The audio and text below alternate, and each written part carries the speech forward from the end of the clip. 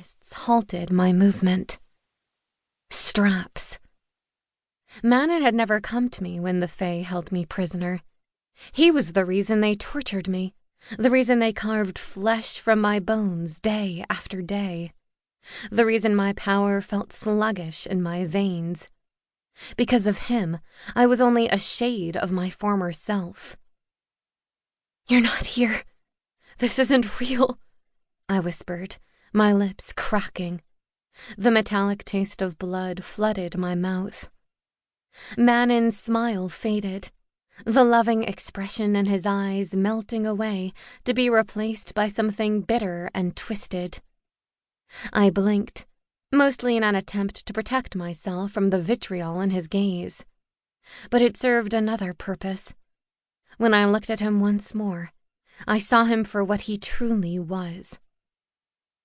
One side of his formerly beautiful face had split open, the pus-filled remains of his eye socket writhing with maggots.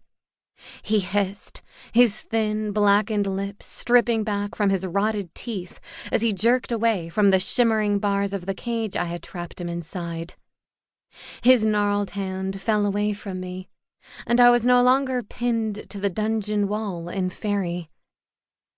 "Come back to me, Darcey," he said, reaching toward me with his twisted, bird-like hands. "This isn't real. You're not really here, Manon. I made sure of it when I created the cage." I took a small step backwards. It couldn't be real, and yet it felt real. I could practically feel him inside my head, just like he had been before. "Of course I'm here, my love. Did you really believe I would stay gone?" His words sent a spurt of terror through my stomach, and I clenched my hands into fists to keep my face from betraying my emotion. "This is a nightmare." "I miss you," he said, his words tugging at my mind. "No," I spoke firmly and took another step back. "Come home, Darcey. I forgive you." The edge of excitement to his words was all I needed to realize I was missing something. Snapping my attention to the space just behind him, I watched the darkness expand as the smoky, dark tentacles spread toward the roof of the cage. I could remember a time when they had been real, pulsing and slick.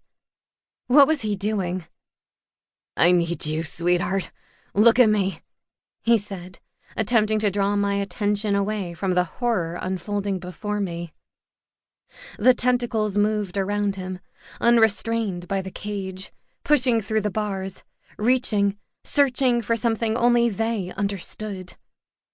A branch beneath my feet cracked, and the tentacles of darkness pulsed once before turning their eyeless forms in my direction.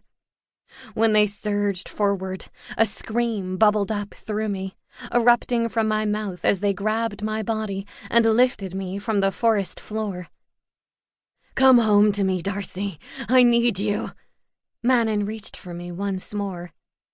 "Go to hell," I said, fighting against his creature's grip on me. "Already there, sweetheart. Now it's your turn." His tone was twisted in cruelty, and the tentacles tightened like hundreds of iron bands wrapping around my body, crushing me beneath their weight.